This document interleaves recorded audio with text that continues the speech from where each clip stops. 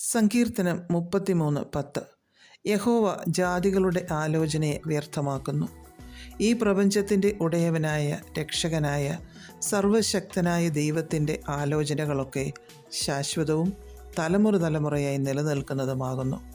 മനുഷ്യൻ്റെ വിചാരങ്ങളും ആലോചനകളുമൊക്കെ നശിച്ചു പോകുന്ന സാഹചര്യത്തിൽ ആദിയിലെ അവസാനമറിയാവുന്ന ദൈവം തൻ്റെ ആലോചനകളെ കാലാകാലങ്ങളിൽ പ്രവൃത്തിപഥത്തിൽ കൊണ്ടുവരുന്നു. ദൈവിക പദ്ധതികൾ ഓരോ വ്യക്തികളിലൂടെ ദൈവം പൂർത്തീകരിക്കുമ്പോൾ അതിന് വിരോധമായി എഴുന്നേൽക്കുന്ന ജാതികളുടെ ഇരുട്ടിൻ്റെ ആലോചനയെ കർത്താവ് വ്യർത്ഥമാക്കുന്നു. നമുക്കത് സാധിക്കുകയില്ല. കാരണം നമ്മുടെ നിയന്ത്രണം ദൈവകരങ്ങളിൽ ആയതുകൊണ്ട് ദൈവം അതിനെ നിർവീര്യമാക്കും. 2 ശമൂവേൽ 15 ദാവീദിനെതിരായി അബ്ശാലോമും അഹീഥോഫേലും കൂട്ടുകെട്ടുണ്ടാക്കിയപ്പോൾ ദാവീദ് പ്രാർത്ഥിച്ചു, അഹീഥോഫേലിൻ്റെ ആലോചനയെ അബദ്ധമാക്കണേ എന്ന്. തൻ്റെ ഹൃദയപ്രകാരമുള്ള പുരുഷൻ്റെ പ്രാർത്ഥനയും ഹൃദയവ്യഥയും തകർന്ന മനസ്സും ദൈവം കണ്ടു. 2 ശമൂവേൽ 17:14 അഹീഥോഫേലിൻ്റെ ആലോചനയെ വ്യർത്ഥമാക്കുവാൻ ദൈവം നിശ്ചയിച്ചിരുന്നു എന്ന് നാം വായിക്കുന്നു. ഒരു ദൈവപൈതലിൻ്റെ വളർച്ചയ്ക്ക് ഉയർച്ചയ്ക്ക് ഒക്കെ തടസ്സം സൃഷ്ടിച്ചുകൊണ്ട് ലോകശക്തികളും അന്ധകാരശക്തികളുമൊക്കെ പദ്ധതി ഇട്ടാലും ദൈവം അതൊക്കെ അബദ്ധമാക്കി കളയും. കാരണം ദൈവം തൻ്റെ മക്കളുടെ കണ്ണീരിനെ തുടച്ചു മാറ്റുന്ന ദൈവമാണ്.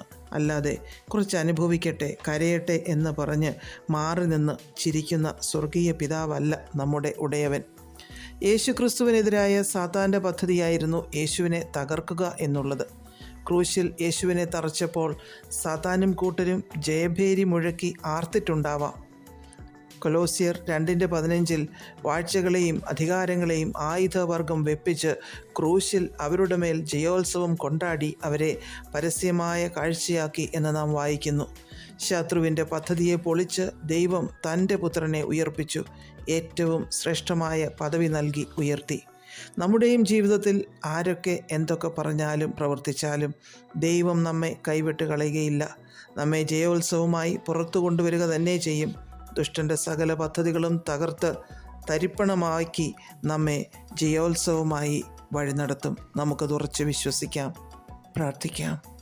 പ്രിയപിതാവേ, ഞങ്ങളെ അങ്ങയുടെ ആലോചനകളാൽ വഴി നടത്തണമേ. യേശുക്രിസ്തുവിൻ്റെ നാമത്തിൽ ആമേൻ. God bless us all.